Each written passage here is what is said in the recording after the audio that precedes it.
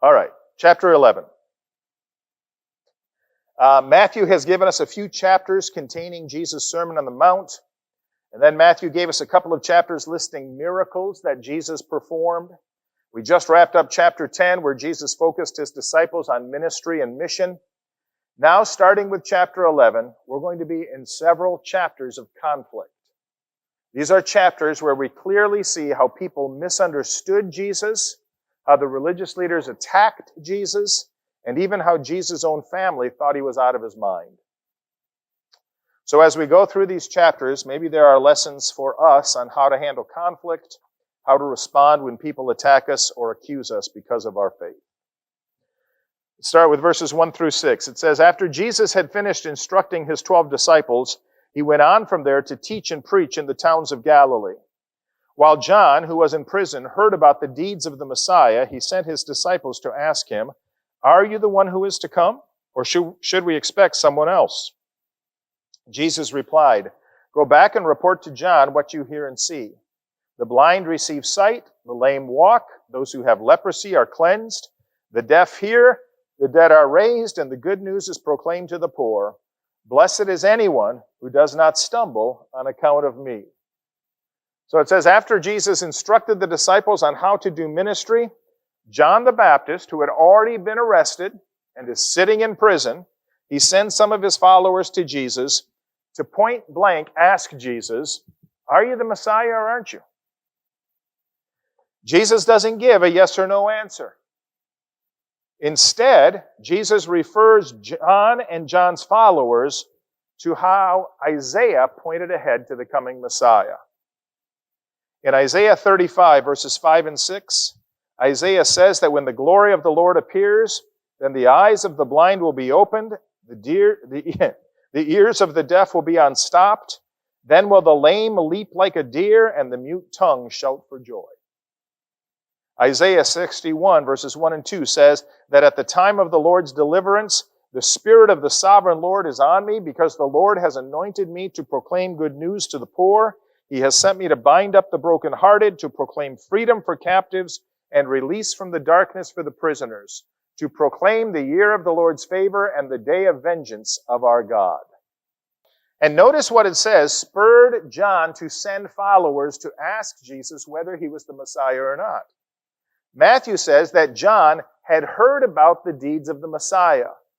In other words, the very things Isaiah had prophesied about, saying the Messiah would do these kinds of things, those are the very things that we have been studying in the Gospel of Matthew that Jesus has accomplished. In chapters 4 through 10. He's been preaching about the good news. He's been preaching about prisoners being released from their sin. He's been healing the blind, healing the deaf, raising the dead, all of these things.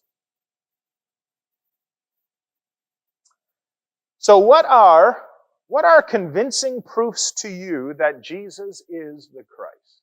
So for you, you'd say resurrection is key. Okay? What else? The fulfillment of all the prophecies, the miracles. All of his teaching is consistent with all of Scripture. So John sends to Jesus, "Are you the Messiah or aren't you?" And out of Isaiah, Jesus just reminds John, okay, you've got your ear to the ground. You know I've been doing these exact same things that Isaiah said the Messiah would do. So you tell me, am I the Messiah or aren't I? And I think John was right. I think John the Baptizer was absolutely convinced. So it says that Jesus sends the men back to John with that message. And Jesus ends it with saying, "Blessed is anyone who does not stumble on account of me." Jesus is telling John the Baptizer that Jesus, the Messiah, is not coming in a way that fits the pattern of what the Jews were expecting, including what John the Baptizer was expecting. So Jesus is telling them, you need to change your understanding of the Messiah. Because if you don't, it will cause you to stumble. And that word stumble means to lose out on salvation. If you are so locked in that this is what the Messiah has to come to be, and I am this, but if you're so locked into this that you can't see that I truly am the Messiah, you can't accept that I truly am the Messiah, you're forfeiting salvation, John.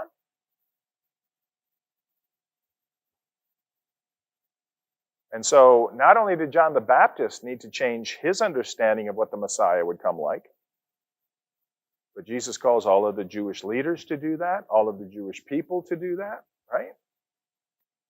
The gospel is even different than what maybe we would expect.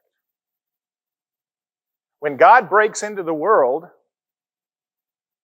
wouldn't we expect him to come in fireworks and power and overwhelming victory? You know, the parades. And how did he come? Yeah, humbly. He came and suffered abuse and mistreatment and ultimately death. Resurrection too. But that's a story different than what a lot of people expect it to be. And so it's a stumbling block, right? Still a stumbling block.